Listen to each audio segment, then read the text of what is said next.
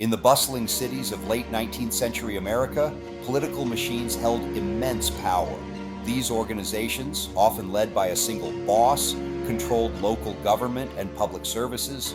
Their influence permeated every aspect of urban life. Tammany Hall in New York City stands as a notorious example. It was a Democratic Party political organization that dominated city politics for decades. While providing some social services, it was also a hotbed of corruption. At the core of the machine's operations were kickbacks and graft.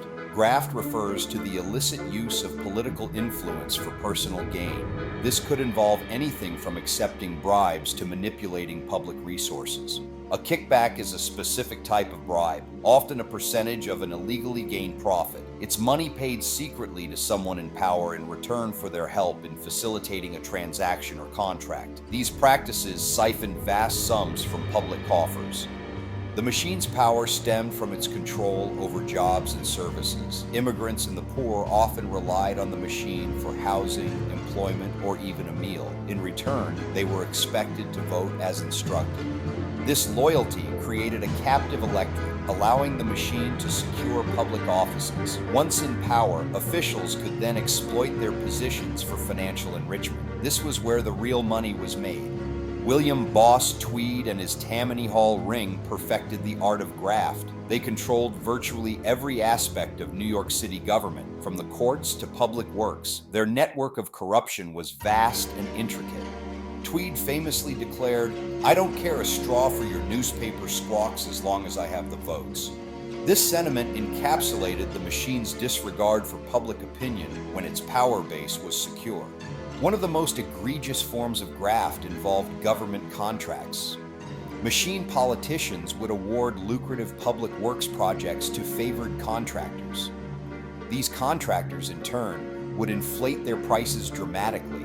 For example, a city building project might be budgeted for $1 million. The contractor would then bill the city for $5 million, with the understanding that a significant portion of the overcharge would be kicked back to the machine. Consider the construction of the New York County Courthouse, a prime example. The initial cost estimate was around $250,000. By the time the Tweed ring was done, the actual cost soared to over $13 million. A single carpenter might charge the city over $360,000 for a month's work. A plasterer could bill for over $2.8 million for 2 days. These exorbitant figures were then divided among the ring members. Even mundane items were subject to this scheme. A thermometer might be purchased for $7,500, and chairs for a new office could cost $179,000. The difference between the real cost and the billed amount was pure profit for the machine.